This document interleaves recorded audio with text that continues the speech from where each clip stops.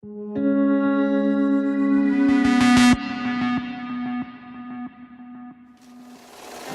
first set of box office collections for Kalki 2898 ED are in, the Stardust is settling down, the reviews are mixed, and the jury is still out. The Prabhas and Deepika Padukone starrer, which released in theatres on June 27th, did opening weekend box office collections of 415 crore rupees worldwide within 3 days, according to production house Vaijayanti Movies. But PVR Inox, the country's largest multiplex with 1,757 screens in 360 cinemas, remains at the crossroads. India's film industry has just had a lackluster 7 months. April and May have been even more subdued thanks to a weak content calendar, heat waves which kept viewers at home, the general elections, and the IPL T20 cricket tournament which staggered movie releases. Also, Netflix and Co. are flooding the market with release after release. But the tide may be turning, say multiple analyst reports on the flip side.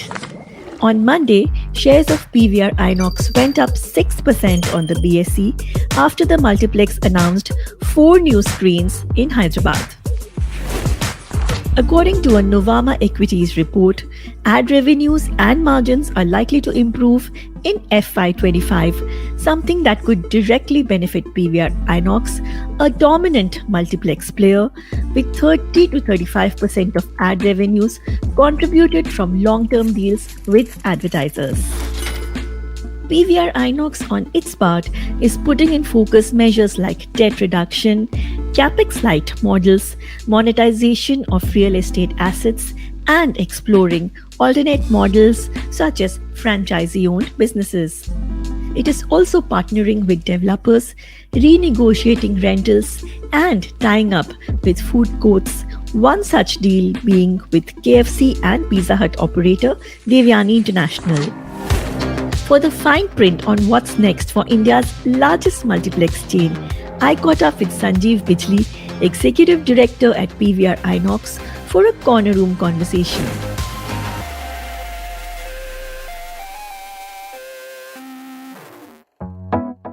It's July 2nd. I'm your host Ratna Bhushan from the Economic Times, and you're listening to The Morning Brief.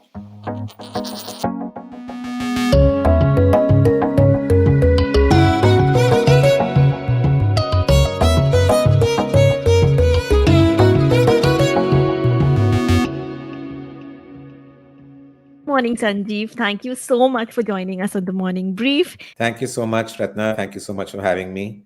So, Sanjeev, everyone is talking about Kalki, and I was just reading some initial reports, and there are predictions that it's going to be a blockbuster. So, how much is riding on Kalki? Yes, Kalki has been a much anticipated film. It's releasing in 3 to 4 languages across the country. It comes with a lot of expectation and a lot of buzz. And we're all looking forward to it creating box office history. Actually, with every film, we hope that it creates box office history. And with this one, especially, the reviews are in and the reviews are fairly positive. And the numbers are coming in as well. And the numbers are looking very good as well. It's looking to cross about 55 to 60 crores in regional languages and about 20 crores in Hindi, which is a big number.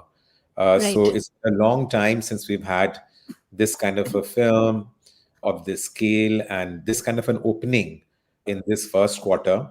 So we're hoping that it continues, and I'm sure it will continue its momentum and growth at the box office, so we can get some good number of people coming to the cinemas. Right. So, Sanjeev, I'd like to tie in the movie with properties like Inox Prism that you also announcing. So, what is the strategy behind such properties? We're coincidentally opening Inox Prism, as you said, today in Hyderabad. It's a 4-screen complex, and we remain committed to growing our screen count. Currently, after this opening, we're at 1,757 screens, and we still have about 80 to 100 odd screens that may open this year. So we're committed to opening screens at good locations, good developments, and cities where the propensity to spend and watch movies is high. And Hyderabad is one such city where we've seen that propensity to watch films is very high. South India as a territory, in any case, is very prolific for us. People like to go and watch films there. Bulk of our revenues are now coming from South Indian cities, Chennai, Bangalore, Hyderabad, Kochi, etc. And Hyderabad opening today is part of our one such strategy to focus on opening cinemas in not just the south of India, but also in places where the propensity to watch movies is high. Right. Talking about numbers, Sanjeev, analyst reports say that April and May have been weak because of, various reasons. There was a heat wave, obviously the world's longest elections, IPL when movie launches were staggered. What's your forecast for Q3 and Q4? I think before Q3 and Q4, Q2 and Q3 is more visible. But before that, I mean, our visibility and my assessment of where the business will go is really based on, as you will appreciate, on the movie lineup, on the pipeline of films, be it Hollywood, Hindi, or regional. July itself, we have a spillover of Kalki, we have Akshay Kumar Sarfira, we have Bad News with Vicky Kaushal. Then in August 15th, we have another Akshay Kumar film, Khel Khel Mein. We have Stree 2. Then we also have Wolverine in English, a number of regional films as well. Indian 2 is coming out in Q2 as well. So then Q3, obviously, we come into Diwali time and Christmas time.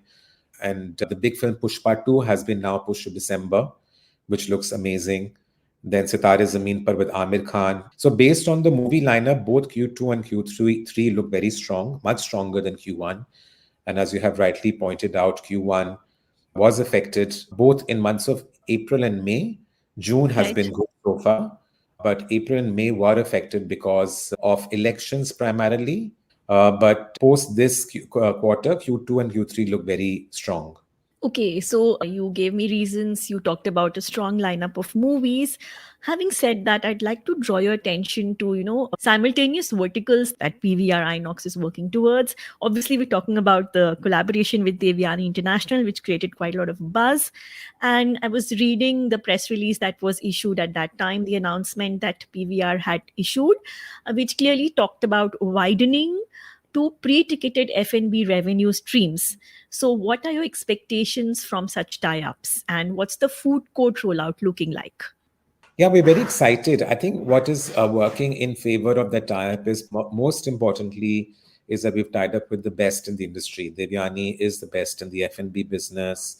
And I think what they bring to the table in terms of their expertise and their experience in the F&B businesses is something that can really benefit this joint venture, and it will benefit this joint venture. And what we will bring to to the joint venture is really our experience in real estate, because that is what we have been doing to get the best locations at the best prices on the table as far as housing our cinemas are concerned. I think both of us also have an insight on consumer behavior when it comes to out of home entertainment. So, for both of us to come together and provide a differentiated and a unique food court experience and a branded food court experience, because the food court business also is a bit fragmented right now. There are many multiple players. There's not a single brand that one can think of which has food courts across the country. So having a branded food court, number one, with two players coming in, is in itself, I think, will be a USP. And as far as the pipeline is concerned, I think we've given a pipeline for about 10 food courts in this financial year, and we're working on the rollout of the same year. Okay, significant points there, Sanjeev. What more are you doing to de-risk your businesses? We've talked about food courts, screening live cricket is something which we all know about. What are the other measures that the industry as such is doing to de-risk, the Friday to Friday or Thursday to Thursday release dependency? As far as just the cinema business is concerned, I mean, within those four walls, I think, or within the cinema premises, one, of course, is to look at various promotions, both on ticket pricing and F&B. So, ticket pricing, we have launched Passport, where you can watch 4 films for 349 rupees. And since its launch in April, we have sold about 3 lakh passports. It's a product that people have really liked and embraced. It's a subscription program. so that the uncertainty of ticket pricing and the discomfort of ticket pricing doesn't become a hindrance to watching a film. On Okay. F&B also, we've introduced a lot of promotions like 99 rupee offers, bottomless popcorn and Pepsi offers where you can go for refills, and such offers where F&B also becomes palatable, no pun intended, as far as the total check size is concerned. Even on the cinema tickets, Cinema Lovers Day, which was, we've had about 3 Cinema Lovers Day where we've showed up 7 to 8 lakh admissions a day, where we've sold tickets for a new film on a Friday, which was done also in the month of May with Mr. and Mrs. Mahi for 99 rupees. In addition to using a pricing and F&B pricing as a tool to get more people in, we are looking at alternative programming, as you said. Screening cricket matches has been one very successful endeavor. And then launching an alternative programming cell or a team, so to speak, who are constantly looking at different non-traditional content.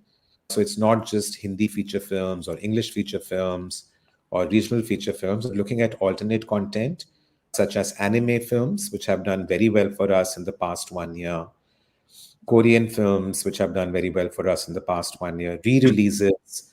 Recently, Okay. Rockstar was re-released and has done phenomenally well. After so many years, also, it's done about 5-6 crores box office business. Then looking at concerts like Taylor Swift and BTS, Okay. and also looking at alternate uses of the cinemas, because we realize we have many screens now, 1,757 screens across the country. And there are people who are now, we promoted it in such a way, and we are promoting it in a way where you can also use those spaces for conferences, for learning events, and for all such events where people can come and sit in the comfort of the cinemas and get the benefit of the sound and projection that is available to them within the cinemas, and also take advantage of the F&B offerings that we have. Okay, that's a whole lot of innovation, Sanjeev. But what about OTT? Even production houses like Red Chillies and Dharma, etc., releasing on OTT platforms. I know you've been asked this question very frequently, but I have to ask again. What is your view on the OTT threat as of now? No, honestly, I think it is a competition for content watching. And it's something that gained momentum during the pandemic and the closure of cinemas, because there was no other avenue to Correct. watch content since we were shut for almost 2 years. Correct. And a lot of content went to the streamers at that time because cinemas weren't open. A lot of production houses had no choice also. But since then, I think we've been obviously fully operational for 2 years now. And I think since then, water has found its own level. It's taken time for the water to find its own level. Now, both production houses are preferring to release the films at the cinemas first and monetize that, because cinemas clearly are the barometer of success as far as a film is concerned. The box office numbers only come from a cinema. This 500 crore or 300 crore or Munja doing 100 crore plus is something one can only sort of get when the movies get released in cinemas, and use that as a tool and use that as a benchmark to then go and get better deals from Right. streamers and satellite and as all other ancillary revenues. So these have always been ancillary revenues, contributing to about 30% of the film business. 70% still comes from theaters. Right. And on the other side, I think streamers are also not buying directly now. Neither is a producer selling directly. I don't think that has happened. Maybe some smaller films since old deals have consummated. But going forward, there is a very clear demarcation and a very clear commitment to theaters that they want to release films on the theaters first. Okay. Then comes the OTT, and I think streamers are a lot more focusing on shows and TV shows and long format shows, Right. which you see now, like Hira Mandi and all. But for movies, the way the films are being made, also they come for the big screen. Otherwise, you won't be able to justify in our circuit only an admissions of 150 million people still walked in.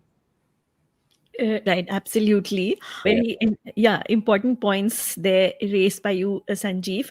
I want to ask you, at an overall macro level, how does the industry improve profitability on the existing circuits? I think we have to look at two things. Of course, for profitability, we have to look at both revenues and cost.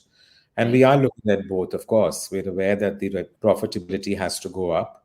Obviously, there are three levers, I would say. One lever is revenue enhancement, and that is happening through ticket price optimization, F&B optimization, better product and services, which you can't duplicate at home.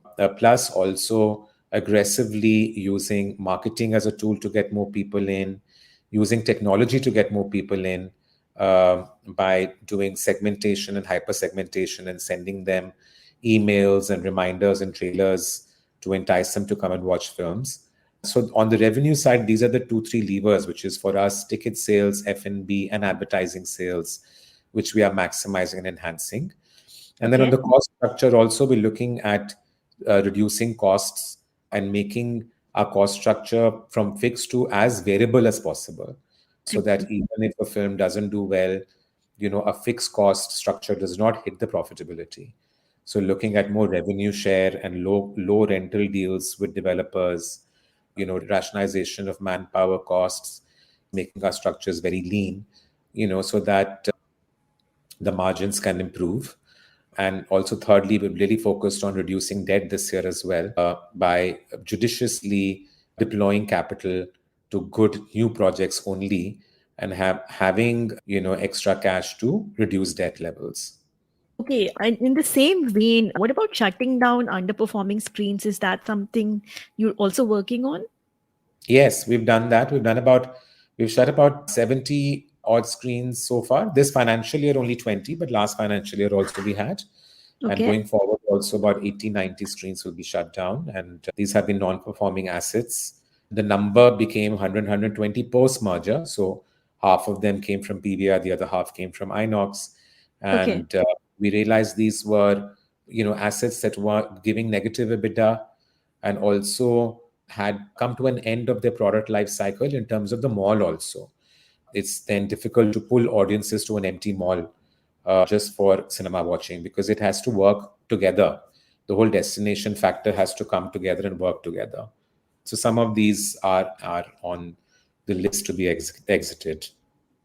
Okay. I know, Sanjeev, also I'd like to ask you, there's a lot of chatter around capital light models. You talked about it in the previous answer, which aimed at reducing capex investments like franchisee owned company operated screens. Is that something you're fast tracking on? Yeah, it's a new model, not for us, not for the world or for other industries. I mean, it's a tried and tested, model that is used by hotels and QSRs and retail chains around the world, and even in some cinema companies internationally. And it's something that we want to introduce now in India as well. And we've started conversations around that. And we're getting a fair bit of acceptance and a fair bit of positive response from our partners. So I wouldn't say we're fast tracking that. We're obviously wanting to skew our growth strategy towards this model. But this is the way forward for us when it comes to growing the number of cinemas here. Okay, growing the number of cinemas, which directly ties into my next question. What are your expansion plans? We're still looking at the whole country as a market. We do have some exciting projects which are awaiting licenses. Prism was one of them, which opened today in Hyderabad. We have a 9 screen in Ahmedabad ready, 7 screens in Mohali, which is ready. Then we have a property ready in Jabalpur, one more in Dehradun. So it's a mixed bag. There is no clear preference to a city or a region.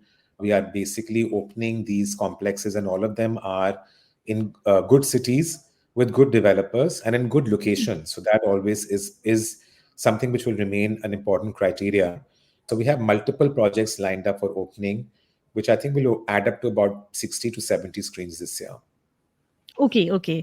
And talking about Hollywood, Sanjeev, we know you did give up a lineup of interesting content which is coming up in the next few quarters, but but a lot of reports also point out to lack of consistent turnout of quality content. So, how much do you think Hollywood fills in when this happens?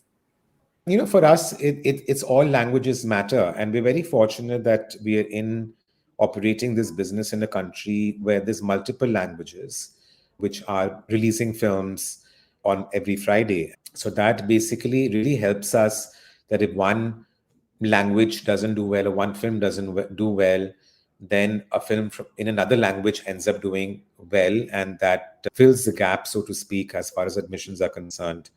And we're also demographically spread in a way that Hollywood does contribute a lot to our business. In fact, our chain probably contributes 70-80% of the Hollywood studios collections. And this year, despite the strike that happened last year in Hollywood, we still have a good lineup. And we continue to see successes. Inside Out 2, which came out just last week, the animation films did very well all over the world.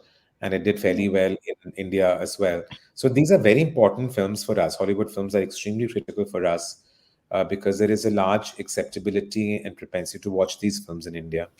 Right. But what about numbers from mega blockbuster releases?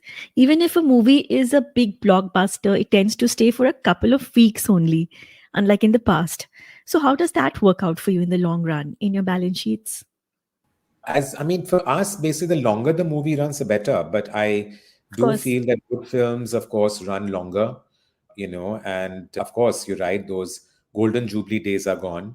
But there are films, as we say, whenever a movie like Kalki has released or Pathan has released, it was released last year. What we say, because the number of screens that they release on is very wide, the supply is also very high, and so is the demand. Then, of course, the movie kind of runs in the cinemas for 3 to 4 weeks or sometimes 5 weeks. But there are films such as sleeper hits like 12th Fail, which ran in cinemas for 20 weeks or 25 weeks because it kept sort of getting stronger and stronger because of positive word of mouth. And the crew also ran for much longer because on the face of it, it was a smaller film or a medium-sized film.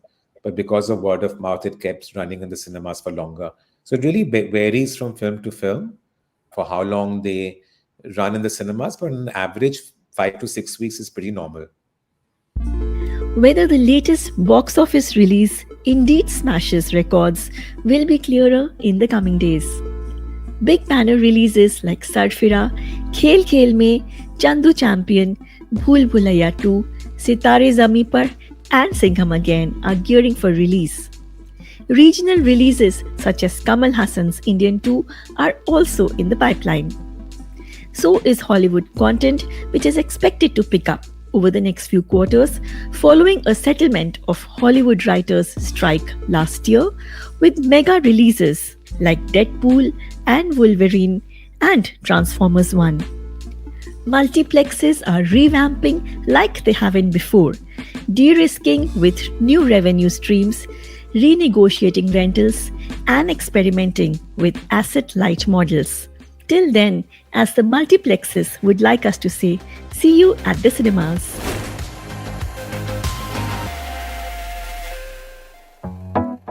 You've been listening to The Morning Brief, and I'm your host Ratna Bhushan. This episode was produced by Suroini Jain, sound editor Amrit Reggie, executive producers Anirban Chaudhary and Arijit Barman. The Morning Brief drops every Tuesday, Wednesday, Thursday, and Friday. Do tune in to ET Play for all audio content, including The Morning Brief. You can listen to our podcast on all major podcast streaming platforms. Thank you for listening and have a nice day ahead. All external sound clips used in this episode belong to their respective owners. Credits are mentioned in the description.